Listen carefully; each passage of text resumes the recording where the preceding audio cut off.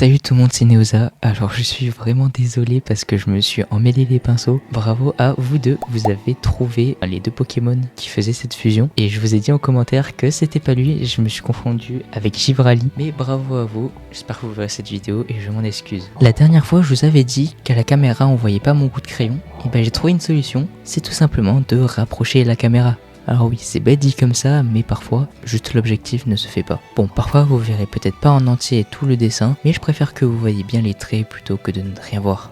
Bon, et franchement, pour ce dessin, je suis assez satisfait. Les couleurs sont pas parfaites, mais c'est celle qui se rapproche le plus. Et puis par rapport au modèle, je trouve quand même que ça va. D'ailleurs, j'en profite pour vous parler de quelque chose. Le jeu où je tire les fusions, je vous l'avais présenté dans l'épisode 1 et je vous avais dit donc que ça rassemblait plein de fusions. Sauf que ce jeu s'arrête aux 2 premières générations. Donc dans les commentaires, vous avez été plein à me donner des fusions qui ne sont pas dans le jeu. Après, est-ce que je pourrais peut-être les inventer moi? C'est peut-être faisable. Alors je dis pas que je vais le faire, mais en tout cas je vais essayer. Mais si vous pouvez, donnez-moi des fusions qui sont dans le jeu. Je vous mettrai un lien du site qui répertorie toutes ces fusions, comme ça vous pourrez prendre celles qui vous intéressent et moi j'aurai juste à les recopier. Bref, voilà le résultat, j'espère que ça vous aura plu. Je me mets la note de 4,5 sur 10. N'hésitez pas à mettre en commentaire quelle fusion de Pokémon vous voudriez voir pour la prochaine vidéo. Mais surtout, joyeux Noël. C'était Neoza, à la prochaine. Ciao tout le monde.